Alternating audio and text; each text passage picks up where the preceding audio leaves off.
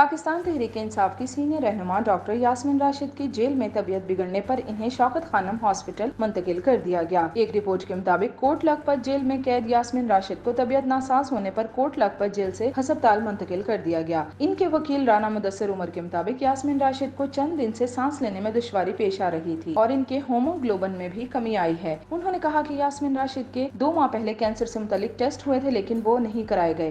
رانا مدثر عمر advocate کا کہنا تھا کہ یاسمین راشد کو جیل ہسپتال منتقل کیا گیا لیکن طبیعت زیادہ بگڑنے پر شوکت خانم ہسپتال منتقل کیا گیا۔ اس سے قبل رواں سال مئی میں بھی یاسمین راشد کو گرمی کے سبب طبیعت بگڑنے پر ہسپتال منتقل کیا گیا تھا۔ یاد رہے کہ یاسمین راشد میں 2020 کے آخر میں بریسٹ کینسر کی تشخیص ہوئی تھی اور وہ موذی مرض میں مبتلا ہونے کے باوجود اپنے خدمات سر انجام دیتی رہی تھی۔ بعد ازاں 20 مارچ 2020 کو یاسمین راشد سے متعلق سوشل میڈیا پر یہ افواہ پھیلی تھی کہ وہ انتقال کر گئی ہیں، لیکن تحریک انصاف کی رہنما نے ویڈیو پیغام میں ان افواہوں کی تردید کر دی تھی۔ خیال رہے کہ یاسمین راشد کو ابتدائی طور پر 12 مئی 2023 کو مینٹیننس آف پبلک آرڈر کے تحت 9 مئی کے واقعات کے سلسلے میں حراست میں لیا گیا تھا۔ لاہور ہائی کورٹ نے 13 مئی کو یاسمین راشد کی رہائی کا حکم دیا تھا، لیکن محض چند گھنٹے کے بعد 9 مئی سے متعلق مزید 3 مقدمات میں دوبارہ گرفتار کر لیا گیا تھا، جن میں جناح ہاؤس حملہ کیس بھی شامل ہے اور وہ اس وقت بھی جیل میں ہیں۔